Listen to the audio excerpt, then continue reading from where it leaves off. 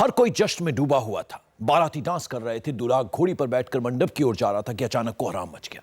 बारात में किसी ने एक फायर किया। ये गोली सीधे दूल्हे को जा लगी और 7 फेरों से पहले ही दूल्हे की मौत हो गई। देखिए कैसे उत्तर प्रदेश में बैंड बाजा और बंदूक के चक्कर में 2 परिवारों की खुशियां छिन गईं।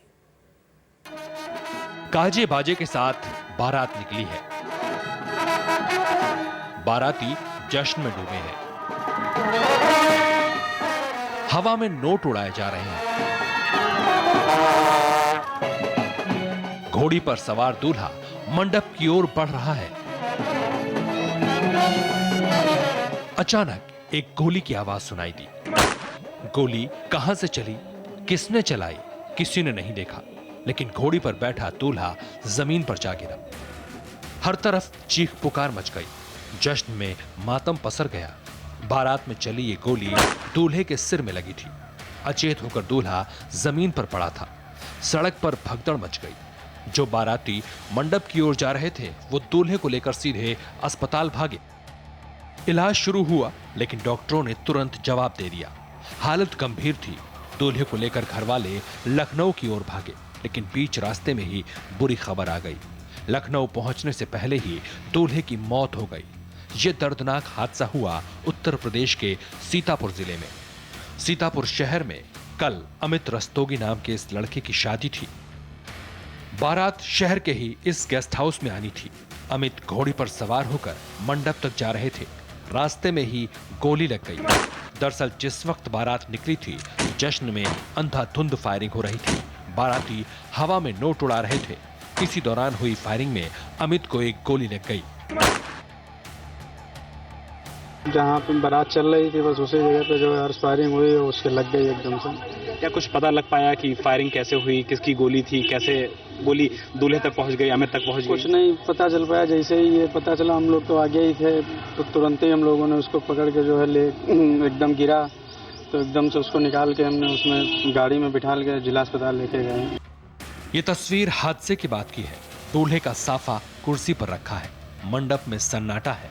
कुर्सियां खाली पड़ी हैं। खानसामे मायूस होकर बैठे हैं। बाराती रो रहे हैं। किसी को यकीन नहीं हो रहा था कि इतना दर्दनाक हादसा हो जाएगा। थोड़ी देर बाद मंडप में पुलिस भी पहुंच गई। पूछताछ होने लगी कि कौन कौन लोग फायरिंग कर रहे थे। क्या किसी ने फायरिंग करने वाले को देखा? लेकिन कोई भी बाराती यहां कुछ बोलने के लिए तैयार नहीं था। सबके चेहरे पर खामोशी थी। बारात में हुई है हर्ष फायरिंग। जब वो बारात में लोग नाच गा रहे थे, अभी उसको देखा जा रहा है। उसकी क्लिप देखी जा रही है, किस व्यक्ति ने फायर किया है, और उसकी भी तलाश की जा रही है। पुलिस अब उन लोगों की लिस्ट बना रही है जो कल बारात में फायरिंग कर रहे थे। वीडियो रिकॉर्डिंग की फुटेज खंगाली जा रही है।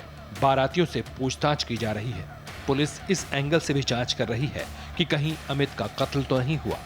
अमित रस्तोगी नाम के इस लड़के की शादी लखीमपुर खीरी की रहने वाली सोनम से होने जा रही थी। अमित की मौत के बाद सीतापुर पुलिस भी सवालों के घेरे में है।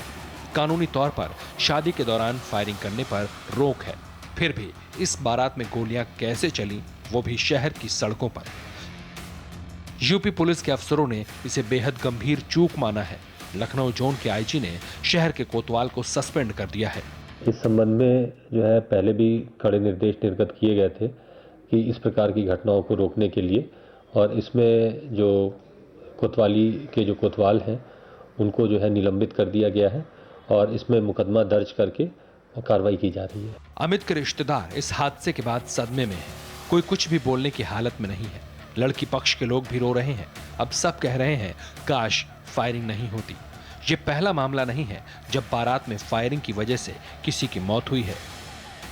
पहले भी ऐसे हादसे हो चुके हैं, फिर भी लोग जश्न के नाम पर फायरिंग से बाज नहीं आते। और आइए अब आपको बताते हैं आखिरकार सरेआम फायरिंग पर क्या कहता है कानून। एक बार आपको यह बता देते हैं कि सरेआम फायरिंग पर कानून क्या कहता है। शादी और बर्थडे पार्टी में जश्न की फायरिंग पर पूरी तरह से रोक है, यह कानून का कहना है। उसके अलावा आर्म्स एक्ट के तहत कार्रवाई हो, इलाहाबाद हाईकोर्ट ने यह साफ कहा है। साथ ही लाइसेंसी बंदूक से फायरिंग पर पूरी तरह से रोक हो, यह कानून का कहना है। लाइसेंस देने से पहले सख्ती बरतने के भी कड़े निर्देश जो हैं ये दिए गए हैं। तो ये कानून जो कहता है वो हम आपको बता रहे हैं।